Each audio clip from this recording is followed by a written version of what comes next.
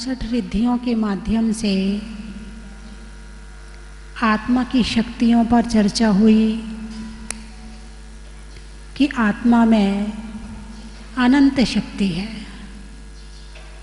वो प्रकट कैसे होगी? तो इष्टोपदेश के 36वें श्लोक में जो बताया था कि चित्त में राग द्वेष का जो विक्षेप है और जो कषायों के कारण से विचार उठते रहते हैं, उन सब विचारों को एकांत में जाकर शांत किया जाता है। कहाँ जाकर शांत किया जाता है? एकांते तत्व संस्थिति। एकांत में जाकर तत्वों का चिंतन करते हुए, तत्वों में स्थित होकर के, तत्वों का चिंतन करके मन को, आत्मा को, चित्त को शांत किया जाता है। और जब चित्त शांत हो जाता है तो शक्तियाँ प्रकट होने लगती हैं। वर्तमान समय में चित्त की चंचलता बढ़ रही है। पता नहीं आपने ध्यान दिया कि नहीं दिया, वर्तमान समय में चित्त की चंचलता बहुत ज़्यादा बढ़ रही है। और चित्त की चंचलता जितनी ज़्यादा होगी, दुख उतने ज़्यादा होंगे। स्थिरता जितनी ज़्यादा होगी, सुख उतना ज़्यादा होगा। घर में जितना सामान होता है उतने विचार होते हैं। जितना परिवार होता है उतने विचार होते हैं, ठीक है ना? जितने मोहल्ले में लोग होंगे उतने विचार होंगे, जितने रिश्तेदार होंगे उतने विचार होंगे, जितने तुम्हारे पास में साड़ी ज्वेलरी होगी उतने विचार होंगे। लेकिन अब इन विचारों को, इनकी संख्या को बढ़ाने वाला मोबाइल आ गया है, टीवी आ गई है। अब जो तुम्हारे पास नहीं है तुम उसके विषय में भी सोचते हो, जो तुम ले नहीं सकते हो उसके विषय में भी सोचते हो, जो तुम लेना चाहते हो तुम उसके विषय में भी सोचते हो, जो तुम्हारे घर में है तुम उसके विषय में भी सोचते हो। यदि ज़्यादा से ज़्यादा लोड बढ़ा है तो शरीर के कपड़े तो हल्के हो गए मगर दिमाग पर बोझ बढ़ गया। शरीर के कपड़े भारी हो जाएंगे तो इतना नुकसान नहीं होगा, लेकिन दिमाग पर यदि विचारों का बोझ ज़्यादा रहेगा तो ज़्यादा नुकसान हो जाएगा। पहले के समय में बहुत हल्केपन में जीते थे, कपड़े तो भले भारी पहनते थे, ज्वेलरी भी बड़ी भारी भारी पहनते थे, लेकिन दिमाग पे बोझ कम होता था, बहुत कम होता था। विचार उतने थे ही नहीं। गाँव में रहते थे, आधे लोगों के पास तो चप्पल भी नहीं होती थी। जो सेठ परिवार होता था चप्पल भी उन्हीं के पास होती थी, चप्पल ही नहीं होती थी।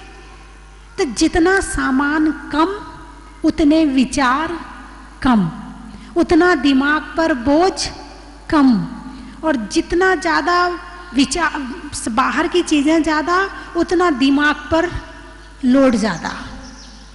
और जो जिस पे वजन पड़ेगा वो बीमार हो जाएगा। बोलिए होगा कि नहीं होगा? पहले के समय में कभी डिप्रेशन की बीमारी सुनी थी आपने?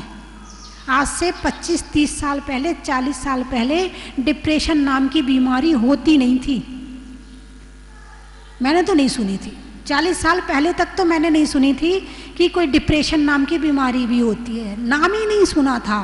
और अब जिसे देखो वो डिप्रेशन में है। हमारे बड़े बूढ़े तो फिर भी सहन करने की क्षमता रखते हैं, मगर आजकल के बच्चे ज़्यादा डिप्रेशन में आ रहे हैं। भाई क्यों आ रहे हैं? कारण मैंने बता दिया, जितना लोड ज़्यादा। अब आप सोचो, आपको यदि मंदिर जाना है तो दिमाग पे लोड पूरा है। मैचिंग की चप्पल, मैचिंग की साड़ी, मैचिंग की चूड़ियाँ, मैचिंग की लिपस्टिक, मैचिंग का वो बाल में लगाने वाला, मैचिंग की घड़ी, मैचिंग का वो साड़ी में लगाने वाली पिन। तो जितनी चीजें होंगी उतनी जगह दिमाग पर लोड आएगा नहीं आएगा। और पहले के लोग कोई मैचिंग का चक्कर नहीं था, मोटी सी साड़ी पहन लेते थे, आराम से दुपट्टा डाला ऊपर, अंग वंग दिखते नहीं थे, आराम से जाते थे। न दिखाने की भावना, न दिखने की भावना, प्रभु के दर्शन के लिए जाते थे। अब मंदिर कम लोग जाते हैं, खुद को दिखाने के लिए ज्यादा जाते हैं। बोलिए ऐसा है कि नहीं? कितने जोड़ी कपड़े होंगे आपके पास? जितने हैं उतनों का विकल्प, और जितने खरीदने हैं उतनों का विकल्प। पहले घर में एक छोटा सा शीशा होता था, बस अपनी शक्ल देखी, बिंदी लगाई और चल दिए। अब यहाँ तो एक एक बाल जमाया जाता है आईने में देख करके, साड़ी की एक एक प्लेट जमाई जाती है यदि साड़ी पहनोगे तो। यदि पहले प्रेस की भी फैशन नहीं थी, आज से 40 साल पहले मैंने देखा था कि प्रेस नहीं होती थी।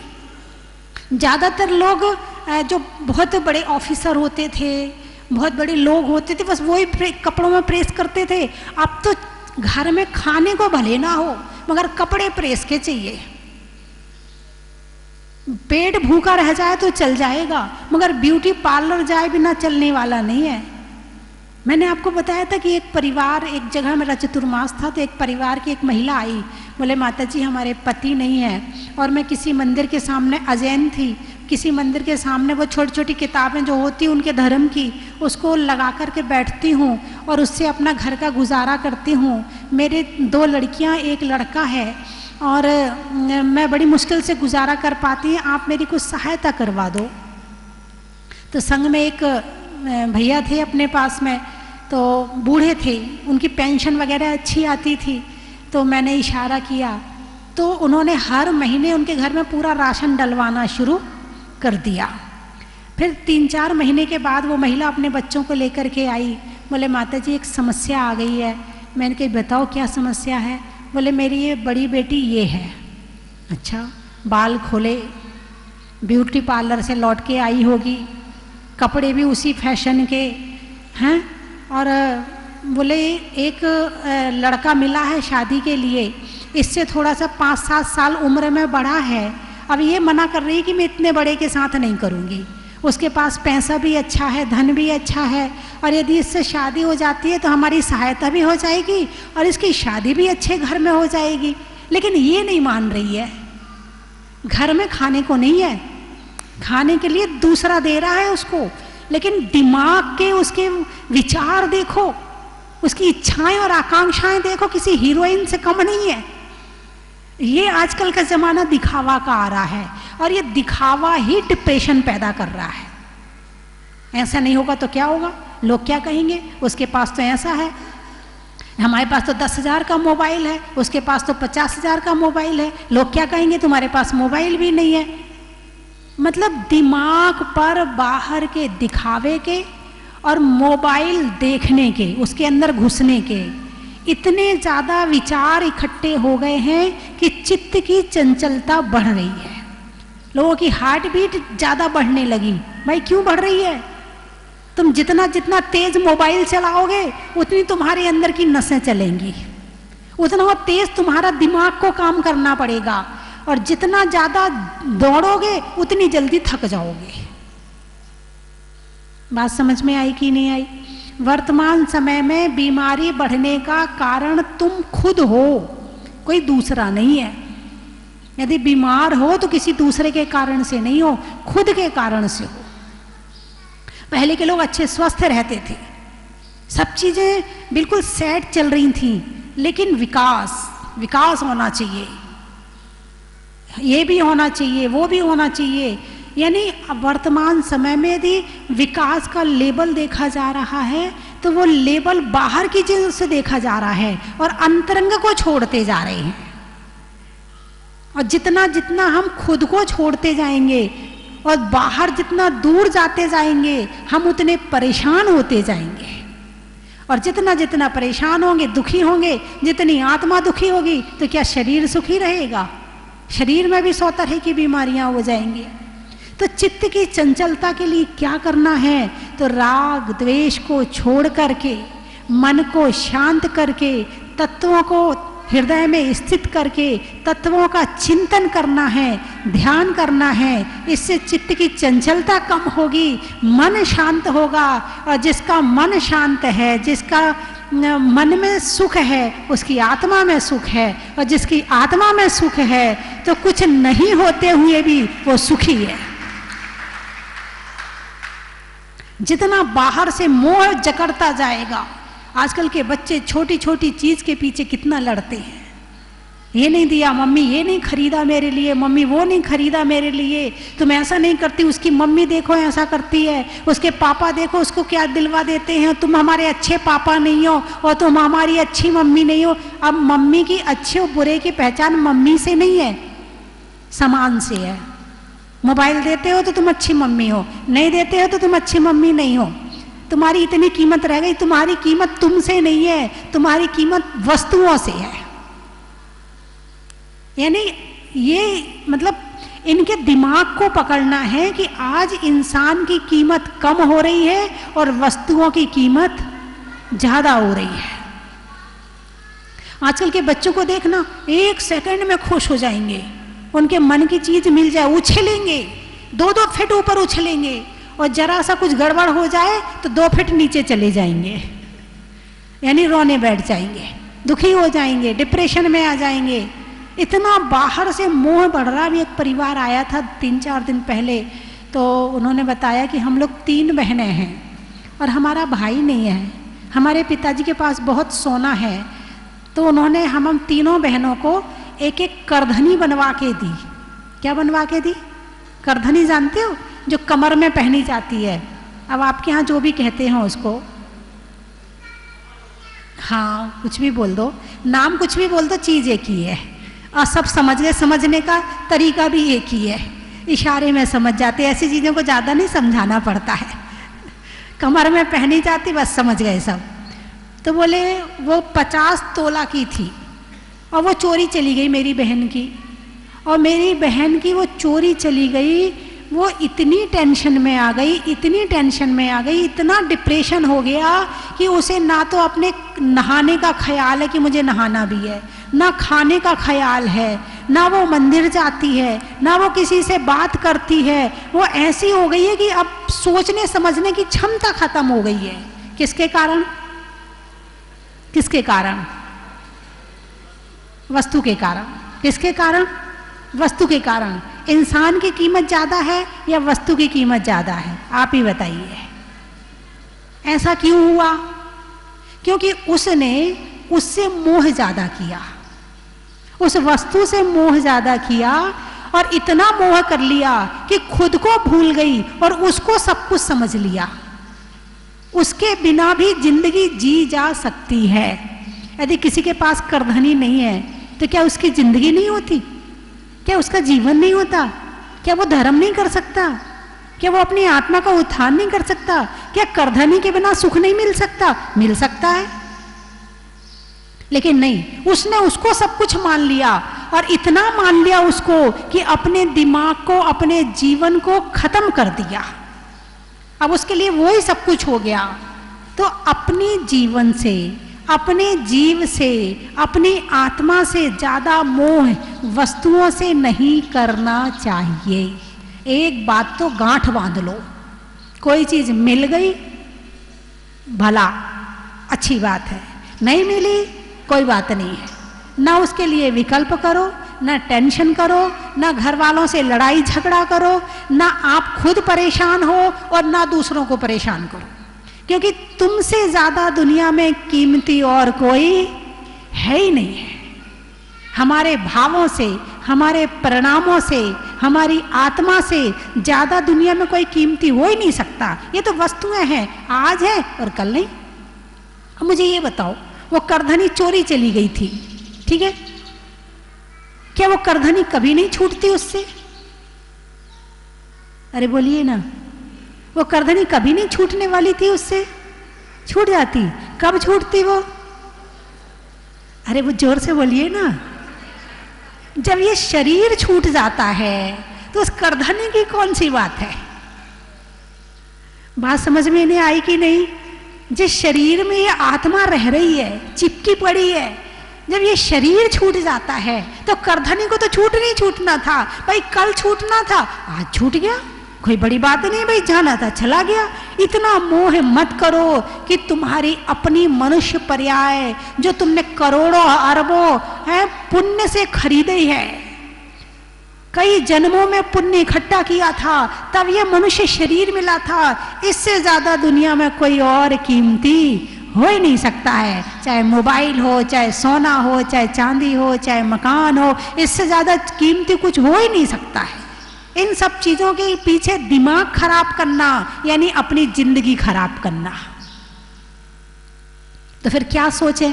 सोचना चाहिए जो मिला वो किसी से कम नहीं, और जो नहीं मिला उसका गम नहीं। मिल गया तो ठीक, नहीं मिला तो ठीक। यदि इससे ही सुख मिलता तो हमारे तीर्थंकर भगवान बोलिए लेके जाते हैं जंगल में कि छोड़ के जाते हैं?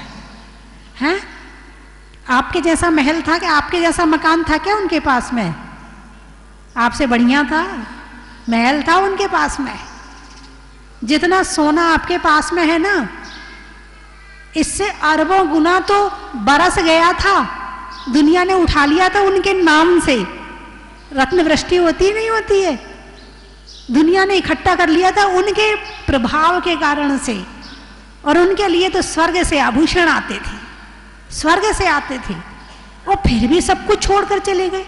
जब आपके पास कोई चीज ना हो, आपको ना मिल रही हो, आपकी खोज आए, तो आप भगवान के मंदिर में जाकर भगवान को देखकर विचार किया करो कि भगवान आपके पास तो कुछ भी नहीं है, फिर भी आप सुखी है। मेरे पास इतना तो है, मकान है, खाने को है, बच्चे हैं, परिवार है, इतना सब कुछ तो है ना। क्या करना सोने चांदी का? जब आप नहीं पहनते तो मैं क्यों पहनूं? क्या ऐसा विचार हो सकता कि नहीं हो सकता?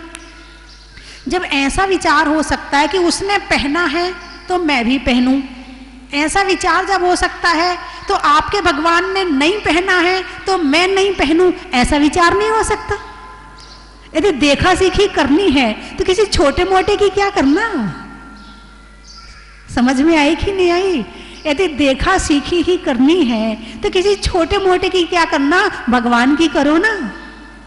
कि भगवान आपने तो सब कुछ छोड़ दिया, मेरा तो इतना सा चला गया, जाने दो, कोई बात नहीं है। भाग का होगा वो भाग कर आएगा, और जो भाग कर नहीं होगा वो भाग कर चला जाएगा।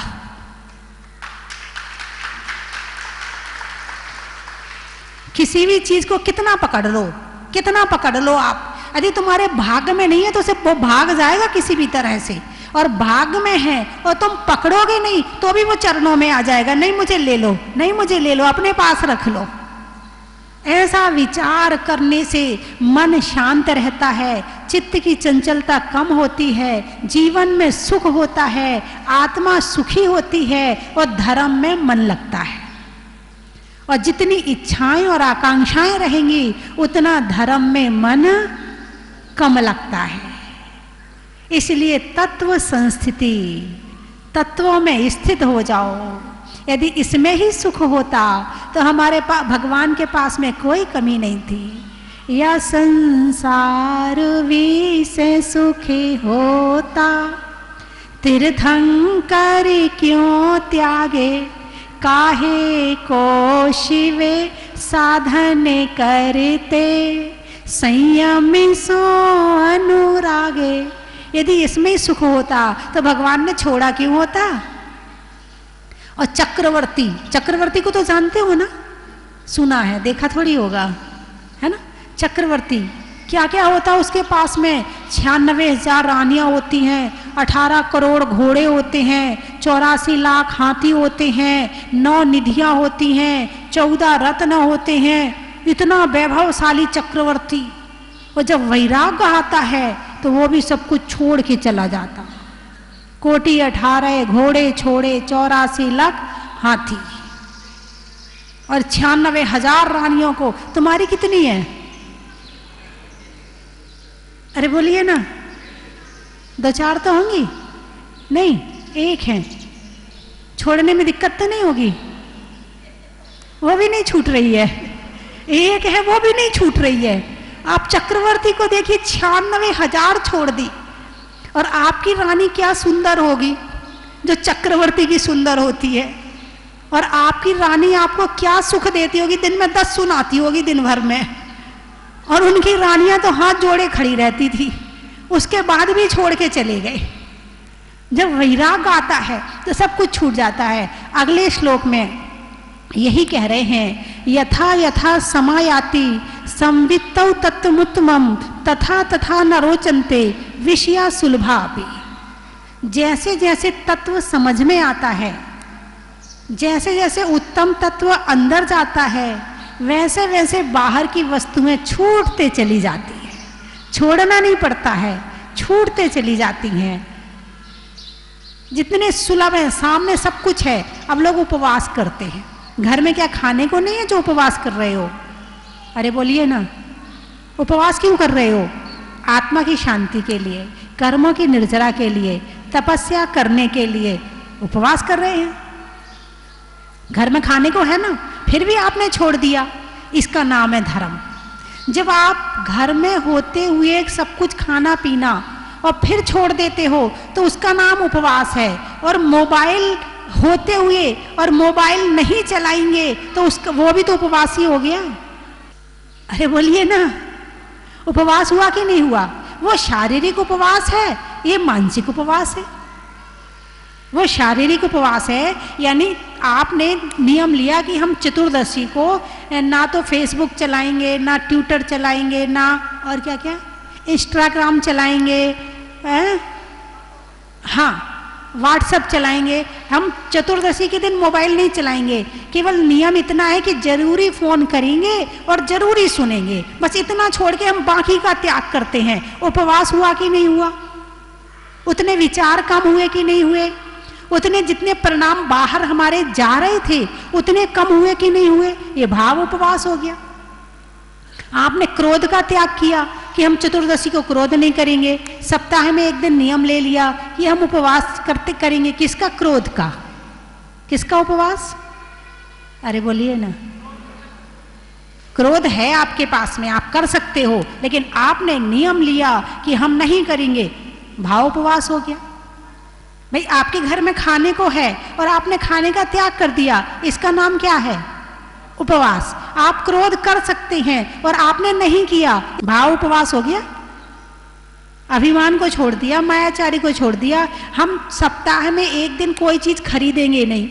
एक दिन नियम ले लो कि खरीदी नहीं करनी है, ना व्हाट्सएप पे करनी है, ना किसी तरह से मोबाइल से करनी, ना बाजार जाना है। एक दिन खरीदी करने का त्याग। ये कितने विचार कम हो जाएंगे। अब तो समय आ गया है विचारों को कम करने का। जितने विचार बढ़ेंगे उतने बीमार रहोगे। तो धीरे धीरे विचारों का उपवास करना शुरू करो। शरीर से उपवास नहीं होता है, कोई बात नहीं। आज हम मोबाइल पर किसी से ज्यादा बात नहीं करेंगे, ऐसा नियम ले लो। नहीं होता है ना, बेटी का फोन आ गया, 1 घंटा तो वैसे ही निकल जाता है। बेटी का फोन है, एक एक बात अपनी बताएंगे। मेरी बहू क्या कर रही है, वो अपनी बताएगी। उसकी सास क्या कर रही है, उनके घर में क्या चल रहा है, एक एक बात सारी सूक्ष्मता से गहराई से निकल निकल के आती है। अरे इतनी देर यदि 1 घंटा धर्म की चर्चा कर लो तो पुण्य पुण्य का बंद हो जाए, जितनी घर की परेशानियां हैं वैसे ही दूर हो जाए। लेकिन जब करते हैं तब पाप का बंद होता है, फिर उस पाप को मोबाइल में बात करके दोहराते हैं, फिर पाप का बंद होता है। डबल पाप कर लिया। फिर पड़ोसन मिल गई तो उससे चर्चा कर ली, मेरी सास ऐसी, मेरी बहू ऐसी, फिर पाप का बंद हो गया। यानी एक काम करके जो पाप का बंद करते हैं, चर्चा कर करके 10 गुना पाप का बंद कर लेते हैं। अब सोचो तो सही, जिंदगी कैसे जी जा रही है और जीना कैसे चाहिए।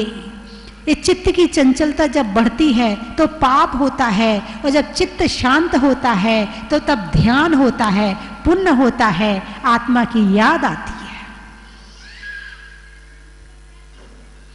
तो मेरी बात आपकी समझ में आ गई? अरे बोलिए ना। ठीक है, फिर बंद करूं? नहीं करूं? क्या बात है, हमारी बालिकाएं भी बड़े ध्यान से प्रवचन सुन रही हैं। घर में सुनती हो नहीं सुनती हो? सुनती हो, बहुत अच्छी बात, बहुत बढ़िया, अच्छा लगा सुन करके। यदि बच्चों के अंदर ज्ञान की जिज्ञासा है यदि बच्चों में हमारे ज्ञान के प्रति जागरूकता है तो निश्चित ही ये गलत मार्ग में जाने से बचेंगे और अपना जीवन सुखपूर्वक जिएंगे। बहुत अच्छा लगा, तो फिर ठीक है, समाप्त करूं? नहीं, आपके घर आके सुना दूंगी मैं। क्यों चिंता करते हो? मैं घर आ जाऊंगी आपको सुनाने को। बस आप दरवाजा खोल लेना। खोल लेते हो? शाम को रोज खोल लेते हो? खुला ही रहता है। बहुत बढ़िया। चलिए, मैं 3 चीजें बोलूंगी, आपको कहना बड़ा ही महत्व है।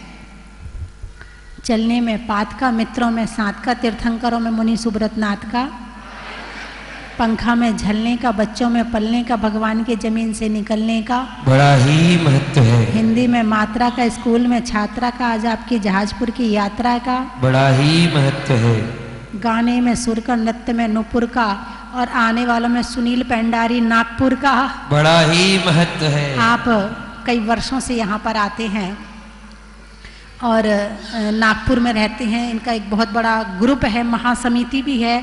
और पंच कल्याणक जब यहाँ हुए थे तो ये 3-4 बसें लेकर आए थे और यहाँ पर इन्होंने अपनी सेवाएं दी थी। बहुत बहुत बड़ी बात है। करके हम आए। आप कल्पना कीजिए, अगर हमें ये जैन धर्म में नहीं मिला होता तो क्या होता। जीवन में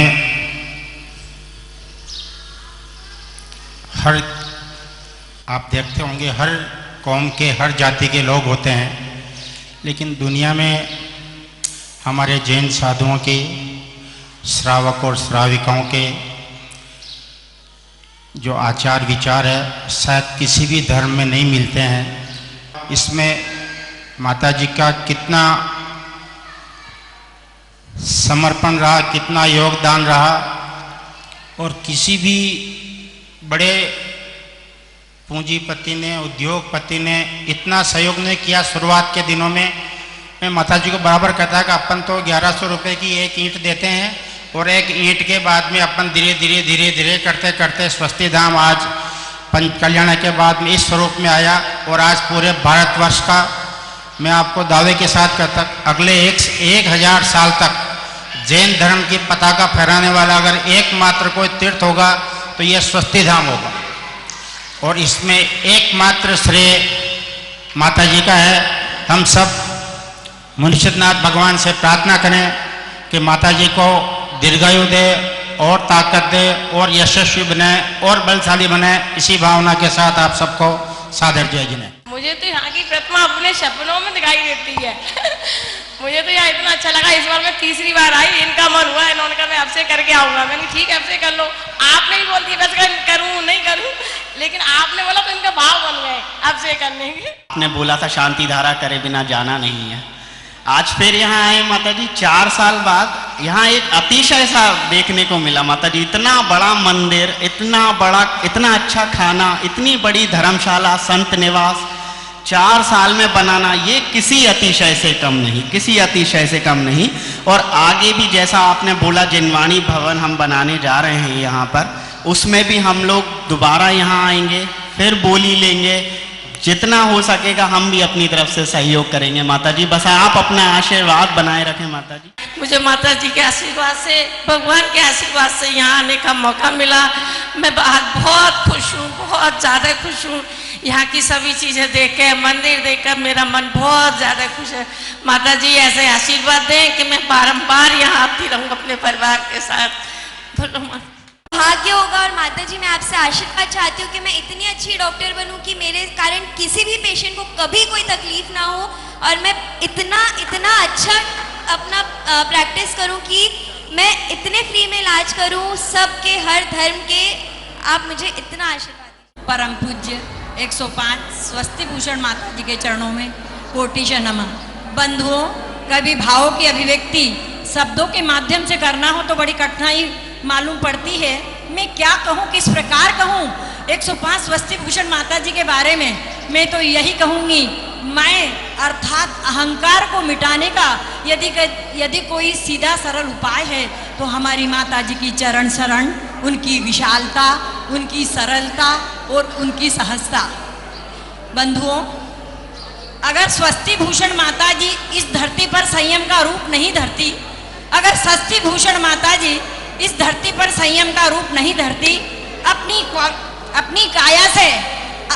काया से कायाकल्प नहीं करती, मानव का मान नहीं पाती, यदि जीवित मंत्र नहीं होते, भारत गार्त बन जाता यदि ऐसे संत नहीं होते, भारत गार्त बन जाता यदि ऐसे संत नहीं होते। बोलो स्वस्ति भूषण माता जी की जय। मैं यहाँ पर तकरीबन 6 या 7 दफ़ा आ चुका, और जब भी मैं यहाँ आता हूँ तो आके यहाँ पे एक नया ही रूप देखता हूँ। और पिछले दफ़ा मैं 1 तारीख को आया था यहाँ पर, 1 जनवरी को, तो इतने भाव बने मेरे कि मेरे पास कुछ भी ना होते हुए मैंने बोली ले ली प्रथम शांति धारा की। और कहाँ से क्या हुआ मुझे कुछ नहीं पता, ये सब भगवान का आशीर्वाद और माता जी का आशीर्वाद है। और यहाँ आकर मुझे इतना, प्रतिमा में जब दर्शन करता हूँ तो मेरी निगाह उठाने की, वहाँ से हटाने की तबीयत ही नहीं करती बिल्कुल भी। इतना आकर्षण प्रतिमा में, इतना आकर्षण है कि एक बार जो दर्शन कर ले वो वहीं ठगा सा खड़ा रह जाता है, ना उसको वहाँ से कहीं हिलने की इच्छा होती है, ना कहीं जाने की इच्छा होती है। सब भूख प्यास सब आदमी भूल जाता है वहाँ पर आकर। तो मेरा तो अनुभव यही रहा। नमोस्तु माता जी। मैं तीसरी बार यहाँ दर्शन करने आया हूँ, और मैं जब भी आया हूँ तो माता जी के आशीर्वाद से मुझे शांति धारा का मौका ज़रूर मिला है। ये समझो मेरा ये अति परम सौभाग्य है कि मैं ऐसे प्रभु के, उनके माथे पर मैं शांति धारा कर पाया हूँ। और यहाँ आकर देख रहा हूँ, पहले तो जब हम आए थे यहाँ बिल्कुल एकदम छोटे से उसमें कमरे में भगवान जी विराजमान थे, और अब इतना विशाल रूप ले लिया है कि वो देख के यूँ लगता है कि पता नहीं कौन सा तीर्थ क्षेत्र है, कौन सा आने वाले टाइम में ये क्या बनेगा और क्या कहलाएगा और क्या लोग इसको जानेंगे। तो देख के अनुपम अंदर से एकदम अनुभूति ऐसी होती है कि भाई ये तो कमाल कर दिया माता जी। नमस्ते। हमारे समाज की ही नहीं, पूरे देश की, पूरे विश्व की सबसे कीमती आभूषण है हमारे स्वस्ति भूषण माता जी। आपके चरणों में रहकर हम धर्म लाभ लेते रहें, धर्म के रास्ते पे चलते रहें, ऐसे हमें आशीर्वाद दें। बहुत बहुत वंदामी वंदामी वंदामी माता जी। माता जी के मैंने दर्शन किए, और माता जी ने जितना भव्य मंदिर, इतना सुंदर मंदिर बनाया, जिससे देख करके हमारा मन एकदम प्रफुल्लित हो गया। ऐसा मंदिर, भव्य मंदिर हमने कहीं नहीं देखा जो माता जी ने यहाँ पर जहाजपुर के अंदर निर्माण किया है। ऐसा माता में ये मंदिर जो है जब तक रहेगा, माता जी की याद रहेंगी कि माता जी ने इतना सुंदर मंदिर बनवाया है। जय माता। जहाजपुर पुकारे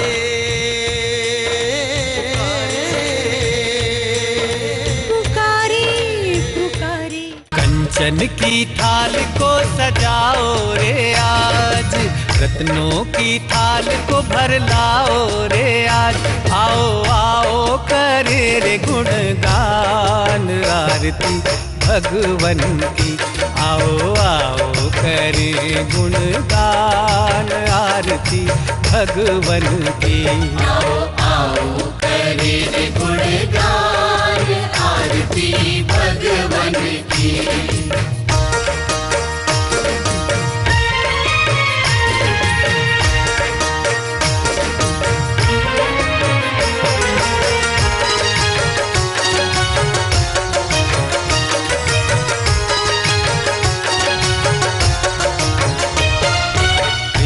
सुमित्र के राज दुलारे, माँ पद्मा जी के नैनों के तारे। पिता सुमित्र के राज दुलारे, माँ पद्मा जी के नैनों। परम विदुषी लेखिका गणिनी आरिका रत्न श्री 105 स्वस्ति भूषण माता जी, जिन्होंने मात्र 20 वर्ष में 100 से भी अधिक किताबें लिखकर जैन समाज को अनूठा योगदान दिया है। बड़े बड़े विधान जैसे कल्पद्रुम महामंडल विधान, सिद्ध चक्र महामंडल विधान, इंद्रध्वज महामंडल विधान एवं विशेष जिनपद पूजांजलि आदि महत्वपूर्ण साहित्य बहुत ही सरस, सरल व सुबोध शैली में लिखे हैं, जिसमें गद्य एवं पद्य साहित्य भी समाहित है। इन महान साहित्यों को पढ़कर आप भी अपने ज्ञान का विकास कर सकते हैं। साहित्य प्राप्त करने हेतु आज ही संपर्क करें। संपर्क सूत्र 7906062500 98683456768।